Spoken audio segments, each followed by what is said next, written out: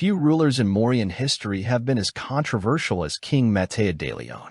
Initially coronated as a herald to the almighty Drorin, his strict return to the pious government of the Cust Kingdom's legendary past drove a wedge among peasantry and nobility alike. Such policy was only injured by rumors of the king's personal proclivity towards adultery and drunkenness. This dissatisfaction, however, was quite tame in comparison to the Anacreans' hatred for him after the crown's slow response to the crisis of the Black Summer. Now, ruling a kingdom split in two by the Anacrean revolt and battered further by the bloodless rebellion, King Mathias struggles to put all the pieces together. Endeavoring to fend off the many threats to his people and live up to his legacy as a ruler of the Cust Kingdom. Greetings, Realm Lords, COR Bricks here, and today we're going to be looking at our first hero, who is also a faction leader in the Circle of Realms, and that is this guy right here, King Matthieu D'Leon. And King Matthieu is a very capable unit for the Cust Kingdom. He's one of their best heroes. He hits very hard, he buffs allies that are around him, and he can even heal injured units who are nearby as well. Taking a closer look at him, King Matthieu is modeled after King Mathias from the Knights Kingdom 2 series of LEGO sets. He has the addition of a shield, courtesy of Knights Kingdom 1, and a cloak to make him stand out on the battlefield. His crown provides him with 6 elemental armor, and his shield likewise grants 6 martial armor, making him well protected against almost all attack types in COR, except for those from firearms and very rare magical attacks. Now, Matthieu is a king, which means that he is immune to the penalties of knights, and if we look at his stats, he can go toe-to-toe with just about any other hero in the game. His weapon attack is slashing 6, which means that whenever we attack, we're going to roll a 6-sided die for damage, and his base attack is a respectable 10, which means we'll also roll this d10 for damage as well, which can result in some very high hits, a full attack of 16 on a perfect roll. His precision rating is 5, which means he won't be doing critical hits too often, but since he's a king, we don't have to worry about that dragging down his attack at nighttime. His movement of 4 makes him quite mobile. He can move 1, 2, 3, 4 spaces in one turn.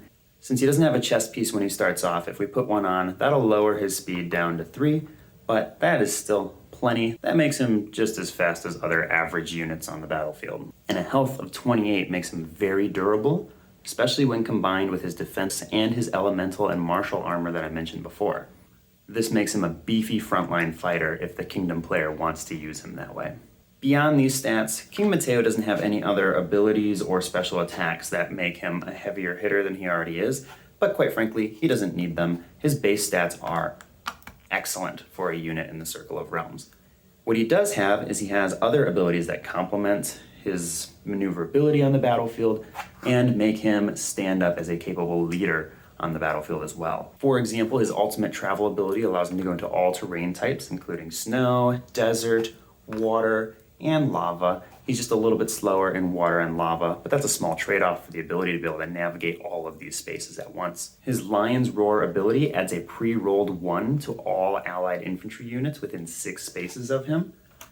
So if we have some fairly weak units around him on the battlefield, like our Kingdom Archers, or even if we have more capable units around him, anyone that's within 6 spaces, 1, 2, 3, 4, 5, 6, so that would stretch out pretty far.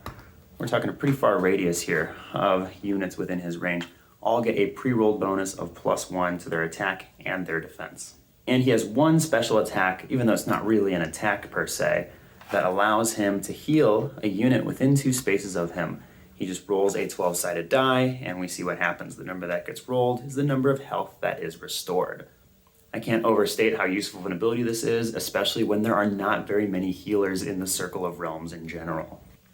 Now, keep in mind that despite all of these abilities, Matthieu is the king for the Cust Kingdom, which means that if he dies, we will lose our faction bonuses, and we will not be able to advance tech ages if he's taken off the battlefield. So that might make the Kingdom player a little bit more apprehensive about just throwing him in against any enemy, but King Matthieu even has an ability that safeguards against this.